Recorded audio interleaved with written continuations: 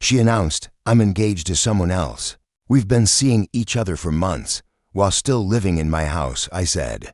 "Congratulations to you both." Then I had her escorted out by police that evening and changed every lock and security code. When her fiancé showed up demanding she be let back in, I, 38, male, got the announcement at dinner. Samantha had been my girlfriend for nearly 4 years. We'd built a quiet, comfortable life in my home in Seattle, filled with shared dinners, Netflix nights, and the kind of routine that makes you believe stability is the same thing as love. That night, she'd made her signature pasta, opened a bottle of Cabernet, and lit candles. I thought she was celebrating a promotion or some small victory at work. Instead, she was celebrating her engagement to a man named Brandon. At first, I just stared at her. My fork froze halfway to my mouth. She looked so genuinely thrilled, so utterly self-satisfied, that I didn't even know what emotion to grab onto: rage, disbelief, or absurd amusement. "You're engaged to someone else," I said slowly while living in my house. She nodded, beaming. "Yes. Isn't it wonderful? I wanted you to be the first to know. Of course, things will change now, but I figured we could plan a smooth transition. Maybe I could stay another month or two while Brandon and I find a place." Her tone was calm, managerial even. She was breaking up with me, confessing 2 months of betrayal, and negotiating free rent all in one breath. I walked to the bar cabinet, poured a glass of scotch, and took a long sip. "Congratulations," I said, my voice steady. "To both of you." Her smile brightened. "Thank you. I was worried you'd be upset." "Not at all," I said. "Just pack your things. You have to ours." The shock on her face was almost theatrical. "You can't be serious." "I live here." "No," I replied. "You lived here." "Past tense. That's illegal. I'm a tenant." She shouted, voice trembling. I laughed bitterly. "You've never paid rent, Sam. Not a bill, not a lease, not a single signature. You're not a tenant, you're a guest. My ex-girlfriend who needs to leave my property tonight." She grabbed her phone and started recording. "This is harassment," she said, tears welling up. I picked up mine and dialed 911. "Yes, I need assistance removing someone from my property. She just announced she's engaged to another man and refuses to leave." When the officers arrived 20 minutes later, they were professional, calm. I showed them my ID and house deed. Samantha tried to argue, claiming she had residency rights, but couldn't produce a lease or proof of rent. One officer sighed and asked, "Ma'am, is it true you just announced your engagement to another man while living here?" "That's not illegal." She barked. "No," he replied, "but it's not exactly logical either." They advised her to pack her essentials and leave voluntarily before it became a legal eviction. She stormed around the house, crying, live-streaming the whole ordeal on Instagram. At one point, she yelled that I was throwing her out for finding love, as if betrayal was a spiritual achievement. I said nothing, just waited. When she finally dragged her suitcases to the door, she hissed, "You're going to regret this." "Mark, probably not as much as you'll regret announcing your engagement over dinner," I said, holding the door open. The police waited until she left in the car I'd been letting her use. Another mistake I was about to correct. When they were gone, the older officer turned to me and said, "Change your locks tonight, sir. Maybe install cameras, too." I nodded. "Already scheduled a locksmith." He smiled faintly. "Good. Smart man." That night, the silence in the house felt heavy but clean. The air didn't hum with her voice, her perfume, or her endless background drama. For the first time in months, maybe years, the space was mine again. By morning, my phone was buzzing with messages, 67 texts, 30 missed calls, a dozen Instagram tags. The first one I opened was from Brandon himself. "Bro, that was cold. She needed more time to move out properly." "Not cool." I stared at the screen, then replied, "Bro, you proposed to my girlfriend while she lived in my house. Not cool." Then came a call from her mother, Jana. Her voice was trembling with confusion. "Mark, what's going on? Samantha says you threw her out. Did she also mention she's engaged to Brandon?" I asked. A long pause. "She said you two were basically roommates. Is that what she told him too?" I said. Janet's silence told me everything. By noon, Brandon himself showed up at my front door, man bun, flannel, Prius parked halfway on the curb. He said, "We need to talk." "No, we don't," I replied. "You traumatized her. She needed more time." She announced her engagement at dinner. In my house, Brandon. What exactly was I supposed to do? Bake a cake? He tried to insist that some of the furniture was joint property. I showed him the receipts all in my name. She owns clothes, makeup, a laptop. That's it. His face reddened. "You could have handled this better." "Maybe, but I handled it fast," I said. "Try to take anything that's mine, and I'll handle it legally next time." He stormed off, and I installed 3 new cameras that evening. The locks were changed, the codes reset, and for the first time in years, I felt safe in my own home. Of course, that wasn't the end. With people like Samantha, it never is. The next morning, the chaos erupted online. Samantha had gone full social media martyr posting, teary videos about how I'd thrown her out for falling in love and abused her emotionally for years. The captions were dramatic enough to make soap opera writers blush. She painted herself as a survivor, and me as some heartless monster who'd ruined her fairy tale. At first, I ignored it, but when mutual friends began messaging me, some genuinely concerned, others quietly judgmental, I decided to set the record straight. I posted a single, calm response, interesting narrative. "Here are the facts. She announced her engagement to another man while living rent-free in my house. Never paid a bill, never signed a lease.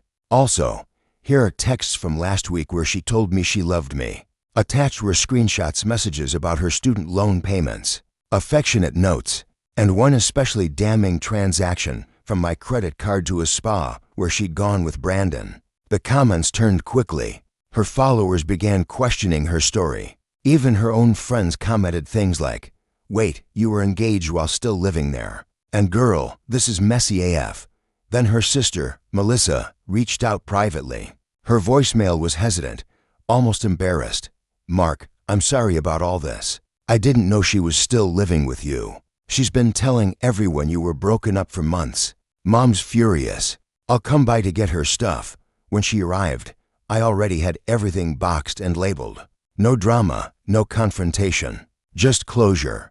But before I handed the boxes over, I glanced at the car parked in front of her house, the same one I'd let Samantha drive for over a year. Title in my name, insurance under my policy. I realized she'd been telling people it was hers. The next day, I called the police and reported it stolen. It felt harsh, but after everything, I was done being taken advantage of. She called me hours later from the station. "You reported my car stolen." "My car," I corrected. "You don't live here anymore, and you took it without permission. This is insane, Mark. You let me drive it for years. When you were my girlfriend," I said. "You're Brandon's fiancé now. Ask him for a ride. You're evil." She screamed. "No," I said calmly. "I'm practical. I picked up the car later that afternoon." It felt symbolic, like reclaiming not just a vehicle, but my sanity. That evening, she texted me screenshots of her Uber receipt, $73 from the police station to her sister's house. I didn't respond. But Brandon wasn't done either. 3 nights later, around 9 p.m., he showed up at my door with 3 of his buddies, pounding on the wood like a debt collector. "Open up. We're getting Samantha's things." I stayed calm, picked up my phone, and called 911 again. For men attempting to break into my home, I told dispatch, loud enough for them to hear. From outside, Brandon yelled, "She owns half of it." I laughed. "She owns a few garbage bags of clothes." That's it.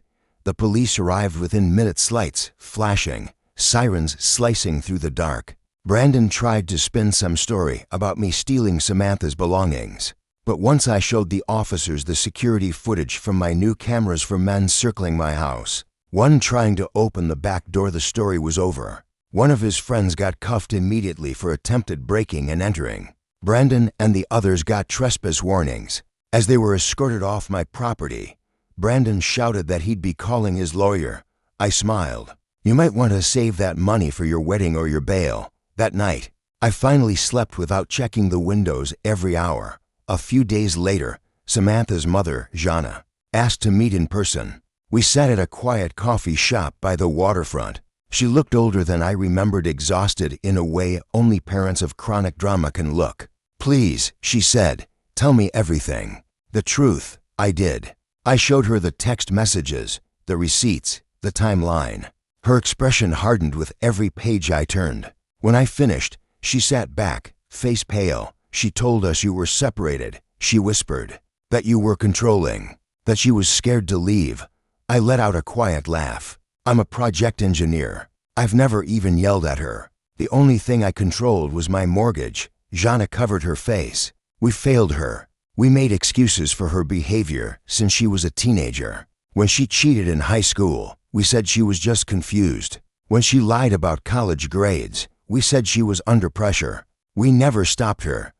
Then she slid an envelope across the table. Inside was $5,000. It's not much, but please take it.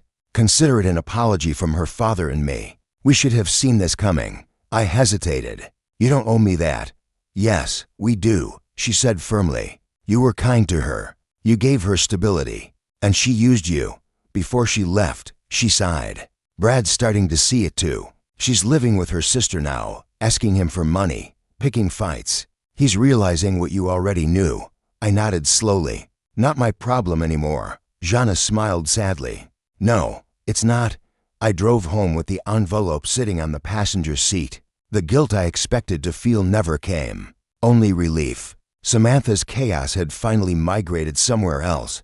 I thought it was over. But karma wasn't done teaching lessons, just changing targets. 2 months later, I got a message from an unknown number. Hey, this is Brandon. Can we talk? I almost ignored it, but curiosity won. When we met at a small diner off the highway, he looked nothing like the confident, smug guy who'd stood on my porch. His eyes were bloodshot, his shirt wrinkled, and he kept glancing around like someone expecting bad news. Before you say anything, he started. I owe you an apology. I raised an eyebrow. That's unexpected, he sighed. You were right about her, everything. She moved in with me 2 days after your breakup, right? But within a week, she was already lying. She said she needed money to pay back a friend turned out.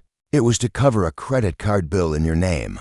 She's been using the one she memorized before she left. I sat back, stunned. She memorized my card number? Yeah, he said bitterly. Apparently she's done that before. When I confronted her, she flipped it on me, said I was financially abusive for questioning her.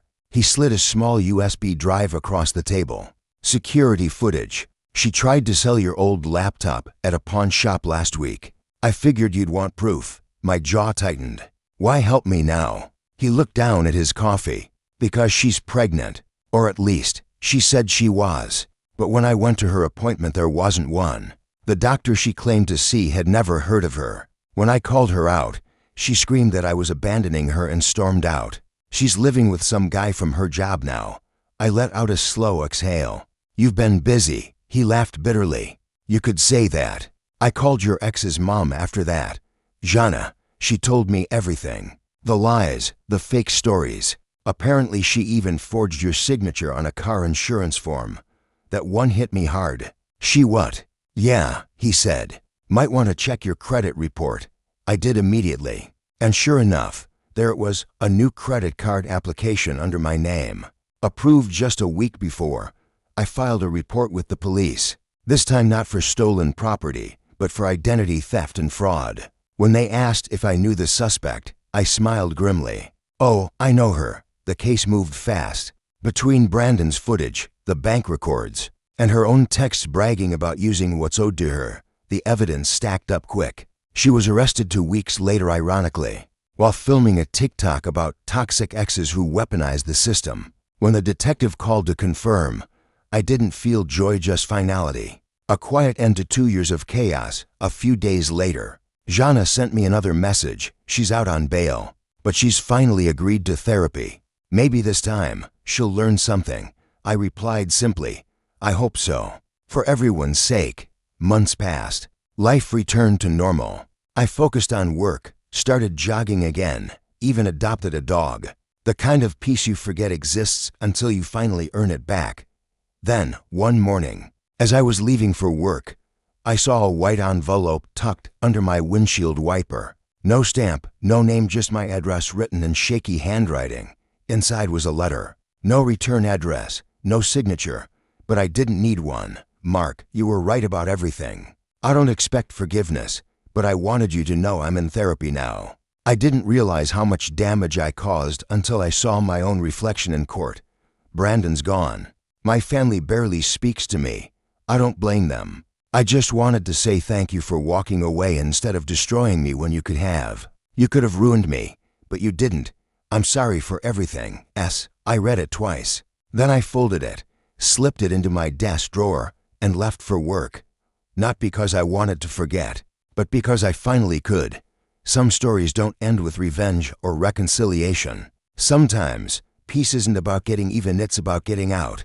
And for the first time in years, I had finally done both.